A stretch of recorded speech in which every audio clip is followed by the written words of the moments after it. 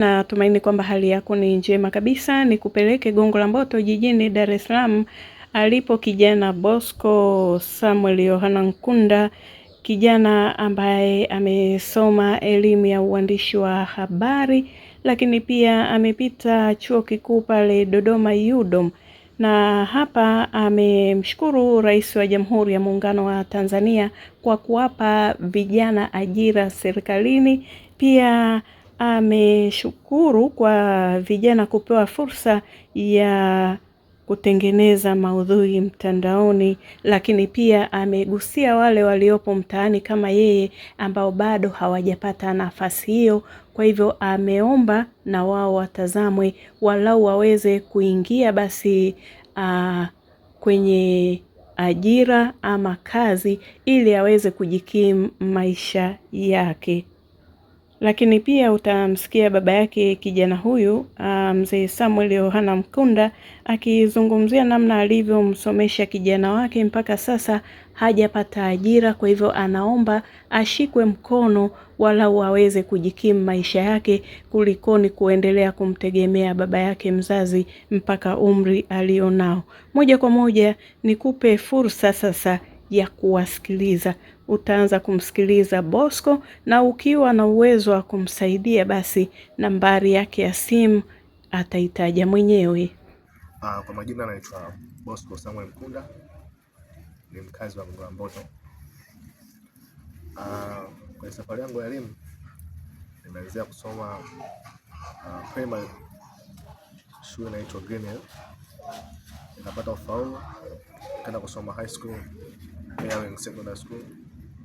Baada ya hapo nikapata ufaulu nikaenda kusoma diploma journalism pale Ilala. Pia nikapata ufaulu nikaenda kusoma chuo kikuu cha UDOM, ambapo by professional mimi ni mwandishi wa habari. Diploma nimesomea journalism, lakini vile kuja kwenye sekta ya degree nimesomea masuala ya theater and film making. Kwenye safari yangu ya elimu nilipograduate, ambapo niligraduate 2022 UDOM. Hapo ndo ulikuwa mwisho wa safari yangu, sababu of course tuna ndoto nyingi sana na vijana wengi sana kwa mtaani, lakini kutokana na kuwezeshwa sehemu nyingine channels zinakuwa ndogo, basi kwa na ndoto ndogo vile vile. Mshukuru Mama Rais Samia Suluhu Hassan kutokana na kutengeneza wigo la vijana serikalini. Tunaona Mheshimiwa Nkunda ni kijana ambaye anapambana na anafanya kazi nzuri. Kwa kutokana na chance ambazo rais amecreate kwa vijana, basi ningemwomba rais angalie basi na sisi vijana ambao tuko mtaani. Na vijana wengi sana ambao sasa hivi wamekuwa na content creators na Instagram, TikTok, wanaingizia hela kupitia, basi atengeneze pia channels nyingi sana za kutugusa na sisi ambao tuko mtaani, basi tuingie na sisi kidogo tupate kidogo ugari. Maswali yangu, namba yangu Tigo ni 0710 977 288. 0710 977 288. Majina naitwa Samuel Yohana Nkunda. Naishi Dar es Salaam, Gongo la Mboto, mtaa wa Markaz. Niko hapa kwa ajili ya kuongelea kijana ambaye nimemsomesha kuanzia chekechea na darasa la kwanza au form 1 darasa la 7 mpaka chuo.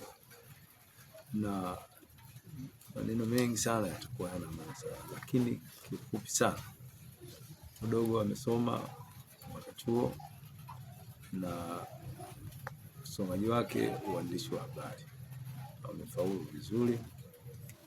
Lakini cha kusikitisha mpaka leo, pamoja na kwamba nimetumia gharama kubwa kuanzia hiyo darasa la kwanza, mimi amesomea graduate mpaka tulipofikia mpaka leo, lakini tangu 2002 mpaka leo amemaliza hana ajira. na tukiangalia sana watoto walio wengi ambao hawana ajira mtaani ndio hao ambao mpaka sasa hivi wanasumbua. Unakuta mtoto tayari ameshakuwa kibaka, mtoto ameshakuwa panyarodi, mtoto ameshakuwa mvuta bangi. Walio wengi wakuta wanakunywa pombe hizi za ajabu ambazo hazieleweki. Hata hivi sisi tunashukuru kwa sababu mpaka sasa hivi bado misingi ile ambayo tumemwekea anatembea nayo. Kwa maana nyingine tunapambana kwa sababu tunaposomesha mtoto au unapopanda mbegu, maana yako kwamba ile mbegu baadaye ulivune. Na unaposimamisha mtoto asome, maana yake aje kusaidia. Leo mimi mpaka sasa hivi na miaka 54. Na huyu dogo sasa hivi ana miaka 30. Kulia sasa ndani ya miaka 30 bado yuko ndani ya babake. Nimejitahidi kiasi gani kumtunza mtoto, kumwekea misingi. Ndani ya kuweka misingi ya miaka 30 kuna vitu vingi ambavyo nimepitia. Lakini ndani ya miaka hiyo 54 nikikwambia mpaka sasa hivi tangu mwaka 1918 mimi niko na sukari. Sasa chukulia mpaka leo hii unaishi uko na sukari. Halafu sasa unayemtegemea nyuma yako ndio huyo mtoto wa miaka 30. Ndani ya miaka 30 alionayo hakuna ambacho unasema leo hii ikitokea mimi nimelala ndani hapo siwezi kufanya kazi yote ile, anisaidie. Hakuna kitu. Tena sasa badala ya mimi anisaidie, mimi ndo natoa msaada. Kwa hiyo mimi nilikuwa naomba serikali, Wizara ya Vijana, Rais Mama Samia Suluhu, naamini ni msikivu mama kwa sababu walio wengi tunawaona. Yaani unaweza kutegemea kwamba leo hii mtu ambaye amtegemei kesho mnaona kwamba bwana tayari amekuwa ana cheo fulani. Wanaangalia wanyonge walio wengi. Kwa hiyo mimi nilikuwa naomba ombi langu kwa huyu kijana kwa sasa, kama kutokuwa na nafasi za vijana ziwe za aina yoyote ile, kwa sababu tayari hicho kipaji anacho na amesomea hilo jambo, basi waangalie wampe hiyo nafasi. Mimi niko radhi na nimemruhusu afanye hivyo. Lakini kutokuwepo na vijana walio wengi mtaani pasipokuwa na kazi, kwa sababu sio yeye peke yake. Mtu aliyesoma na degree, fikiria sasa mtu ana degree afu yuko nyumbani. Kwanza unajisikiaje kama mzazi? Mimi kama mzazi nimekusomesha, nimetumia milioni zaidi ya 30. Alafu leo hii tunaangaliana tuko nyumbani. Sasa ndio unakutana na hawa watoto tayari hasira zinawakamata.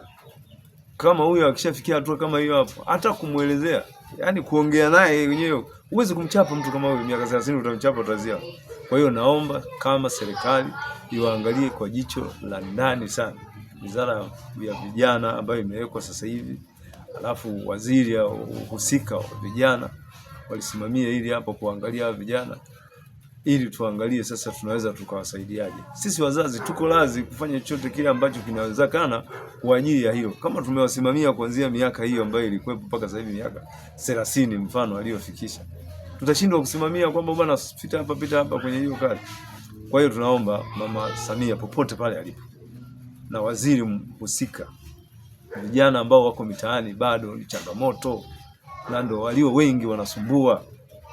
Kusumbua kwao asilimia kubwa ni njaa tu ambazo zinawafanya mpaka sasa hivi wanasumbua, kwa sababu akishapiga hesabu kwamba hana chochote alafu amesoma amepoteza muda mwingi, alafu ukakuta mzazi mwenyewe sasa ndani huyu mimi namdhibiti kwa sababu uwezo huu wa kumdhibiti ninao mpaka sasa hivi. Lakini ningekuwa sina, hata huyu sasa hivi singekuwepo hapa. Ingewezekana tayari angekuwa kwenye makundi hayo ambayo hayaeleweki. Kwa hiyo naomba kama serikali basi ilifanyie kazi hilo hapo. Baada ya kusema mimi nishukuru sana.